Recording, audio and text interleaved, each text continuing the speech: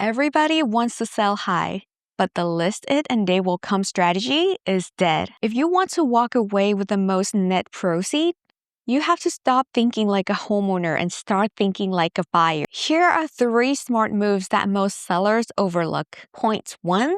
Screen appeal. The first showing doesn't really happen at your front door. It actually begins on a smartphone. Buyers scroll before they schedule. It's not only curb appeal anymore, it's screen appeal. Buyers respond to a warm neutral color. Yes, colors matter. They tend to move their eyes away from bold color like hot pink or bright purple. Spending $500 on a fresh paint can actually increase thousands of dollars in price. It all depends on perceived value. Perception drives emotions, emotion drives offers. Point number 2.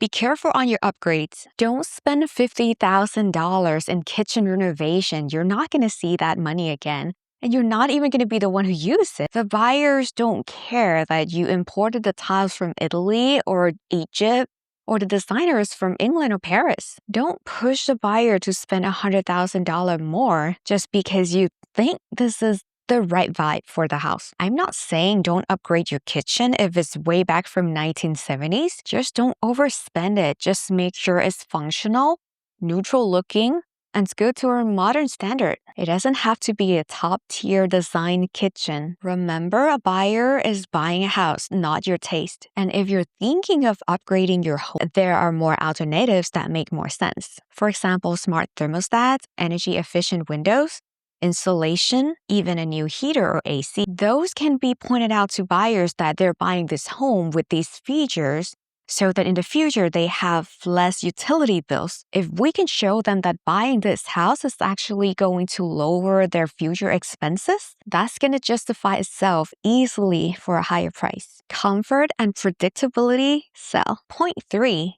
The pre-listing inspection. The biggest net proceed killer is not low offer. Is the inspection repair list. That's where a deal gets renegotiated in escrow, and that's where buyer asks for thousands of dollars back. This is why a pre-listing inspection can flip the script. With the pre-listing inspection, we can actually see what the buyer will be seeing when they do inspection. The good things is we have time to prepare for it, to fix it, and when the buyer comes, we can show them the clean bill of health. What I like the most about this is because we are being transparent, we will ask the buyer that before submitting an offer, they have to take into account the inspection report, the list of the things that we've done, so we don't run into this issue again in escrow.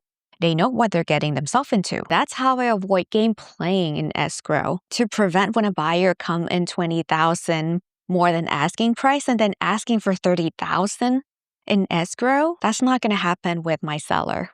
So getting top dollars for your house is not about the biggest renovation or the highest price setting. It comes from a great preparation. If you're thinking about selling, reach out to me and we can start planning for that strategic preparation.